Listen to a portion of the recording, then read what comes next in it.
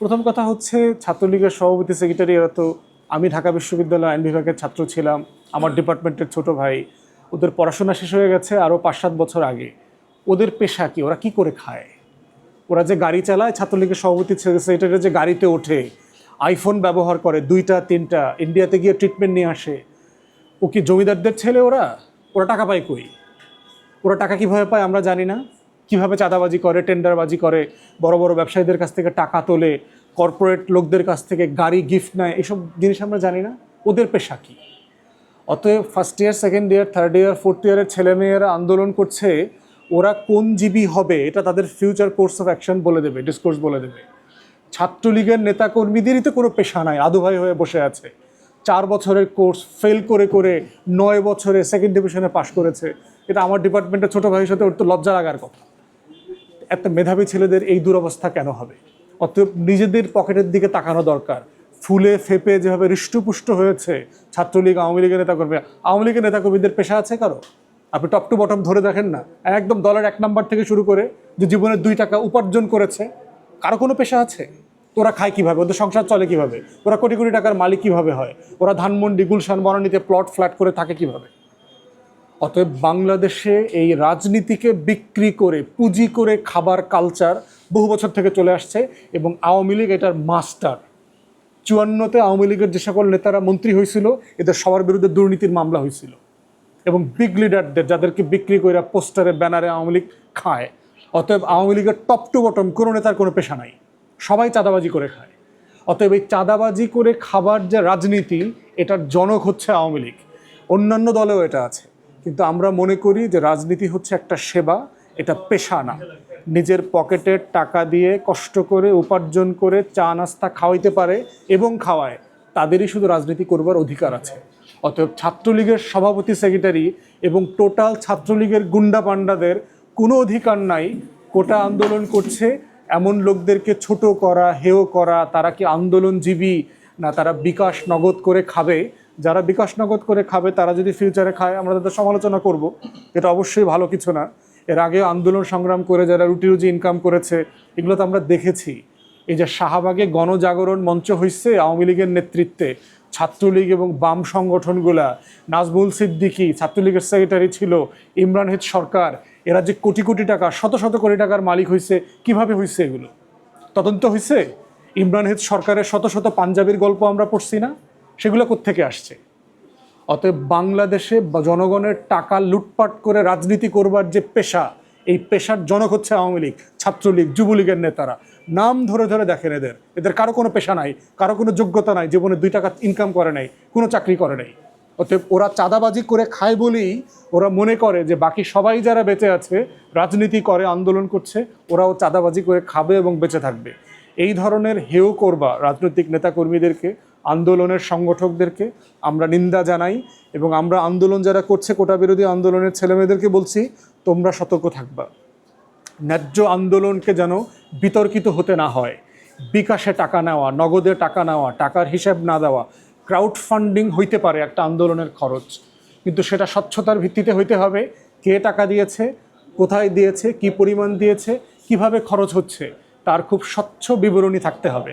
ছাত্রলীগকেও বলতে হবে যে ছাত্রলীগের সভাপতি সেক্রেটারি, ইউনিভার্সিটি সভাপতি সেক্রেটারি, হল সভাপতি সেক্রেটারিরা এত দামি মোটরসাইকেল কোথায় পায়, এত দামি গাড়ি কোথায় পায়, আইফোন কিভাবে ব্যবহার করে, লক্ষ লক্ষ টাকা দামের গাড়ি, বিভাবে বাড়ি করতেছে। অভাবী গরিব দরিদ্র পরিবার, কৃষক পরিবারের ছেলে ছাত্রলীগ করে বাড়ি করছে, ডুপ্লেক্স বাড়ি করছে, এরকম ঘটনাও তো আমরা দেখছি। ওদেরও টাকার হিসাব দিতে হবে জাতির কাছে। অতএব দুই পক্ষকেই তার ন্যায্যতার জায়গা থেকে তাকে স্বচ্ছতার পরিচয় দিতে হবে। ছাত্রলীগের গুন্ডামি আর চাঁদাবাজির ইতিহাস আমাদের কাছে পরিষ্কার।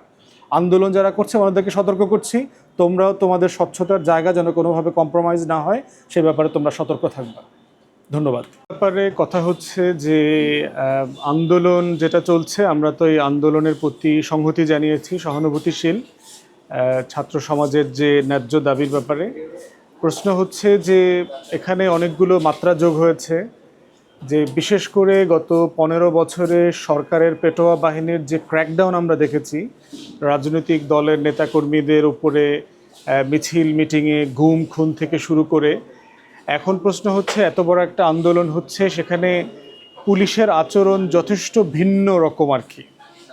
এখন এটা মানে এটা না যে আমরা বলার চেষ্টা করছি যে পুলিশের আসলে ওদেরকে মারা দরকার, ক্র্যাকডাউন করা দরকার, গুলি করা দরকার, সেটা বলছি না।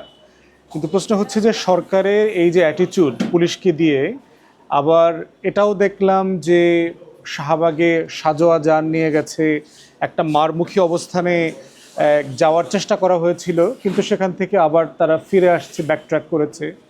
আবার দেখলাম শাহবাগে একটা মামলাও হয়েছে, এবং মামলার যে এজাহার দেখলাম সেখানে জিডিতে দেখলাম যে অজ্ঞাতনামা আসামির কথা বলা হয়েছে, যে ওই দিনকার যে ব্যারিকেড ভেঙেছে, সাজোয়া যানের উপরের ছেলেরা উঠেছে, তারপরে ব্যাকফুটে যেতে বাধ্য করেছে, এগুলো নিয়ে।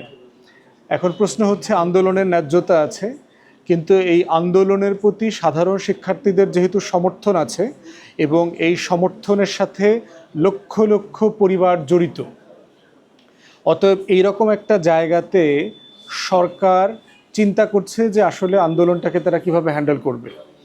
সরকারের মধ্যে একটা অংশ আছে যে তারা ফিল করছে যে সুপ্রিম কোর্টের কাঁধে বন্দুক রেখে তারা এটাকে একটা ন্যায্য মাঝামাঝি অবস্থায় নিয়ে আসবে, এটা তারা প্ল্যান করছে।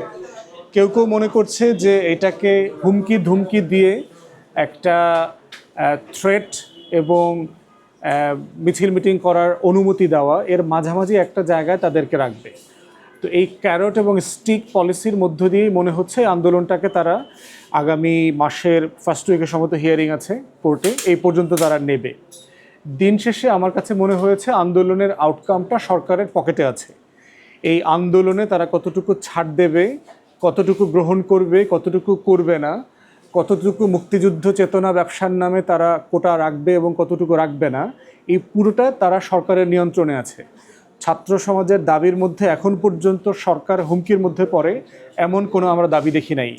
সেখানে খুবই একদম স্পেসিফিক একটা মাইক্রো ডিমান্ড আছে, এটার মধ্য দিয়ে সরকার থ্রেটেন ফিল করবে অথবা ক্ষমতাচ্যুত হয়ে যাওয়ার সম্ভাবনা মোটেই নাই। তো এখানে এবং নেগোশিয়েট যেটা করার চেষ্টা করা হচ্ছে যে আন্দোলন থেকে ছাত্র সমাজকে ফিরায় এনে যদি কোর্টের মামলার অংশীদার করে ফেলা যায়, এই ধরনের একটা স্যাবোটাজ করবার চেষ্টা করা হচ্ছে।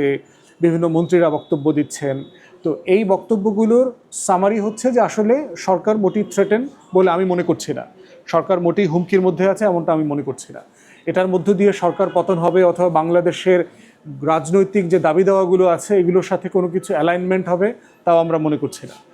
তো সেই জায়গাতে হচ্ছে স্বরাষ্ট্রমন্ত্রীর বক্তব্য অথবা ডিবি হারুনের বক্তব্য অথবা আইনমন্ত্রীর বক্তব্য অথবা আওয়ামী লীগের অন্য যারা নেতারা আছে তাদের বক্তব্য বিবেচনা করতে হবে। দ্বিতীয়ত হচ্ছে আন্দোলনের অংশ হিসাবে ছাত্র সমাজকে সতর্ক থাকতে হবে তারা কী ধরনের কর্মসূচি দিচ্ছে।